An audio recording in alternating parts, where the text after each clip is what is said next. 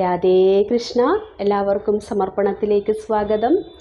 നമ്മളെല്ലാവരും ക്ഷേത്രങ്ങളിൽ പോകാറുണ്ടല്ലേ?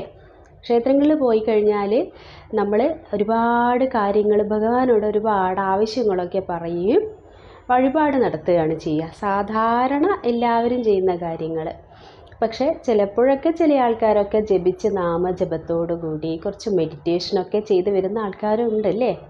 നമ്മൾ ക്ഷേത്രങ്ങളിൽ പോയി കഴിഞ്ഞാൽ ഏറ്റവും കൂടുതൽ ചെയ്യേണ്ടത് നാമജപം തന്നെയാണ്. നമ്മൾ കുളിക്കുന്ന ക്ഷേത്രത്തിലേക്ക് പുറപ്പെടുമ്പോൾ ആ കുളിക്കുന്ന സമയം മുതൽ ഭഗവാനെ നാമജപത്തോടുകൂടി നമ്മൾ ഏത് ക്ഷേത്രത്തിലാണോ പോകുന്നത് ആ ക്ഷേത്രത്തിൽ ആ ഭഗവാന്റെ നാമങ്ങൾ ജപിച്ചുകൊണ്ടേ. അല്ല, നിങ്ങൾക്ക് ചിലപ്പം കൃഷ്ണനെ കാണുമ്പോൾ ശിവനായി തോന്നുന്നുണ്ടെങ്കിൽ അതും കുഴപ്പമൊന്നുമില്ല. കാരണം എല്ലാം പരബ്രഹ്മം തന്നെയാണ്.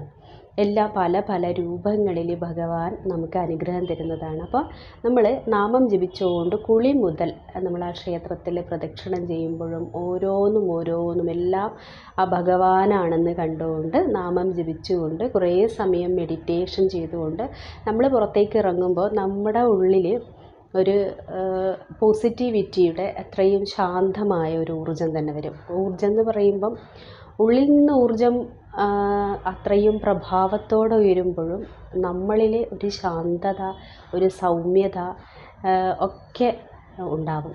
അതുമാത്രമല്ല, നമ്മുടെ ഓറ പോലും അത്രയും ക്ലിയറായി അത്രയും ഉയർന്ന ലെവലിലേക്ക് എത്തിച്ചേരും. അപ്പം നമ്മൾ ഒരുപാട് വഴിപാടുകളൊക്കെ നടത്തുന്നുണ്ട്. അതിൽ ഒരു വഴിപാടാണ് ശത്രു സംഹാര പൂജ, അല്ലെങ്കിൽ ശത്രു സംഹാര ഹോമം എന്നൊക്കെ നമ്മൾ പറയുന്നത്. നമുക്ക് നമ്മുടെ ജീവിതത്തിൽ എല്ലാവരും നമുക്ക് സൗഹൃദപരമായിട്ടൊന്നും ഉണ്ടാവില്ല അല്ലേ? നമ്മൾ മനുഷ്യരാണ്. അപ്പോൾ കുറേ ആൾക്കാർക്ക് ഇഷ്ടക്കുറവുകളും ഇഷ്ടക്കേടുകളും ഒക്കെ ഉണ്ടാവും, ശത്രുക്കളായിട്ട് മാറും ഒക്കെ ഉണ്ട്. പക്ഷേ ശത്രു സംഹാര പൂജ എന്നതുകൊണ്ട് ഉദ്ദേശിക്കുന്നത് എന്താണെന്ന് വെച്ച് കഴിഞ്ഞാൽ നമ്മൾ ശത്രുവിനെ സംഹരിക്കുക എന്നല്ല. അതായത് എനിക്കൊരു ശത്രുവുണ്ട്, ഞാൻ ശത്രു സംഹാര പൂജ നടത്തുമ്പോൾ ഞാൻ എൻ്റെ ശത്രുവിനെ സംഹരിക്കുക എന്നല്ല. നമ്മൾ ആ ശത്രുവിൻ്റെ പേരിലാണോ പൂജ നടത്തുന്നത്? അല്ല, ശത്രു സംഹാര പൂജ നമ്മുടെ പേരിലാണ് നടത്തുന്നത് അല്ലേ? അപ്പം തന്നെ നമുക്ക് ചിന്തിക്കാൻ പറ്റുന്നൊരു കാര്യമേ ഉള്ളൂ, നമ്മുടെ ഉള്ളിലുള്ള ശത്രുതയാണ് നമ്മൾ ഇല്ലാതാക്കുന്നത് അല്ലേ?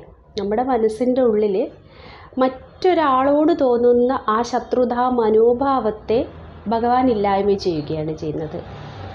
അപ്പം നമുക്ക് ഒരാളോട് ശത്രുതയില്ലെങ്കിൽ പിന്നെ അവിടെ ശത്രു സംഹാരത്തിൻ്റെതോ അല്ലെ ശത്രുതയുടെയോ ഒരാവശ്യമില്ല. നമ്മുടെ മനസ്സാണ് ആദ്യം ക്ലിയർ ആവേണ്ടത്.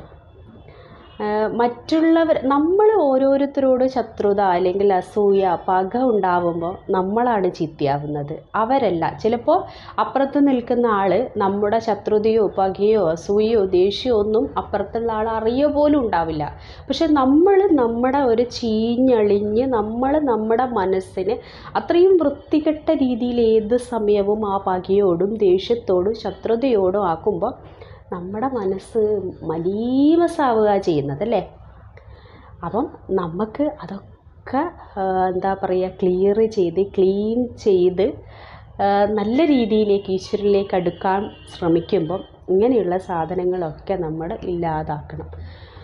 നമ്മുടെ മനസ്സുകൊണ്ട് നാമജപം തന്നെ ഏറ്റവും പുണ്യമാണ്. വ്രതങ്ങൾ നാമജപങ്ങളൊക്കെ തന്നെ നമ്മളറിയാതെ നമ്മുടെ ഈശ്വരൻ ശുദ്ധീകരിക്കുന്നതാണ്. നമുക്ക് പിന്നെ നാവിൻ തുമ്പിൽ ചീത്തയായ വാക്കുകളോ ചീത്തയായ പ്രവൃത്തികളോ ചീത്തയായ ചിന്തയോ ഒന്നും വരാതെ ഭഗവാനാണ് പിന്നെ നോക്കുക.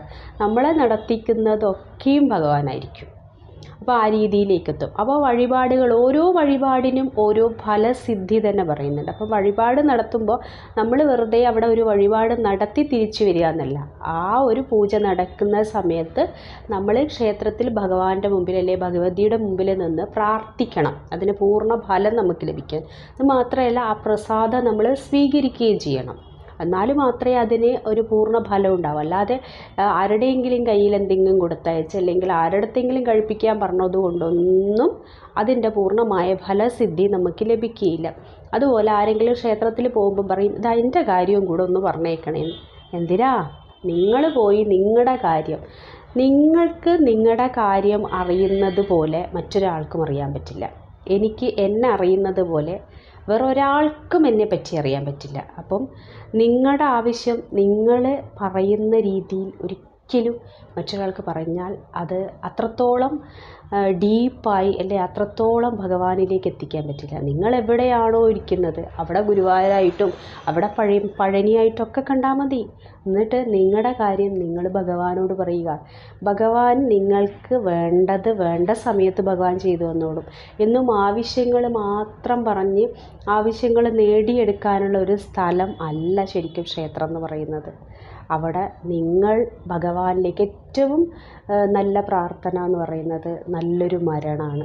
നമ്മൾ ഈ ഭൂമിയിൽ ജനിക്കുന്നത് തന്നെ കർമ്മദോഷങ്ങളൊന്നുമില്ലാതെ നല്ല രീതിയിലായി ആ ഭഗവാനിലേക്ക് ലയിക്കാനുള്ള നല്ലൊരു മരണത്തിന് വേണ്ടിയാണ്. പക്ഷെ നമ്മൾ ഈ ഭൂമിയിലെത്തുമ്പോൾ എന്താ ചെയ്യുന്നതെന്ന് വെച്ച് കഴിഞ്ഞാൽ നമ്മൾ ഈ ഭൗതികപരമായ ആവശ്യങ്ങൾക്ക് വേണ്ടിയുള്ള നെട്ടോട്ടങ്ങളും വെട്ടിപ്പിടിക്കലുകളും ഒക്കെയാണ്. അപ്പം ഈ വെട്ടിപ്പിടിക്കലുകൾ കൊണ്ടൊക്കെ നിങ്ങൾ ഒരു കാര്യം ചിന്തിക്കണം. നമ്മൾ നമ്മുടെ സ്വാർത്ഥമായ ആവശ്യത്തിന് വേണ്ടി നമ്മൾ ഓരോ സാധനങ്ങളിലും നമുക്ക് അർഹതയില്ലാത്തത് അല്ലെങ്കിൽ നമുക്ക് മറ്റുള്ളവരെ ഉപദ്രവിച്ചുകൊണ്ട് നമ്മൾ ഓരോന്നും നേടിയെടുക്കുമ്പോൾ അതൊന്നും തന്നെ നമുക്കൊരിക്കലും അനുഭവിക്കാൻ സാധിക്കില്ല എന്നുള്ളതാണ് ഏറ്റവും വലിയ സത്യം. സമാധാനത്തോടെ പൂർണ്ണമായിട്ട് നമുക്കോ നമ്മുടെ സന്തതി പരമ്പരകൾക്കോ അത് ഒരിക്കലും അനുഭവിക്കാൻ സാധിക്കില്ല. കാരണം അത് അങ്ങനെയാണ്, അതൊരു പ്രപഞ്ച സത്യമാണ്. നമ്മൾ മറ്റുള്ളവരുടേതോ അല്ലെങ്കിൽ നമുക്ക് അർഹതപ്പെടാത്തതോ ഒന്നും തന്നെ നമ്മളിലേക്ക് സ്വീകരിക്കാതിരിക്കുക. നമ്മൾ നേരായ വഴിയിലൂടെ, നേരായ ചിന്തയിലൂടെ, നേരായ പ്രവൃത്തിയിലൂടെ ഈശ്വരനിലേക്ക് നടക്കുമ്പോൾ ഈശ്വരൻ 1000 പടികളിറങ്ങി നിങ്ങളുടെ അടുത്തേക്ക് ഓടി വരും. നിങ്ങളെ തലോടും, നിങ്ങളെ സാന്ത്വനിപ്പിക്കും. നിങ്ങൾക്കുള്ള എല്ലാ വഴികളും നിങ്ങൾക്ക് വേണ്ടത് വേണ്ട സമയത്ത് ഭഗവാൻ കനിഞ്ഞനുഗ്രഹിച്ച് നിങ്ങൾക്ക് തരുകയാണ് ചെയ്യും. അപ്പം എല്ലാവരുടെയും മനസ്സിൽ ആ ഒരു പളുങ്ക് പാത്രം പോലെ ശുദ്ധമായ ഒരു മനസ്സും ഉണ്ടാവട്ടെ. സർവം രാധാകൃഷ്ണാർപ്പണമസ്തു. ജയ് ശ്രീ രാധേ രാധേ.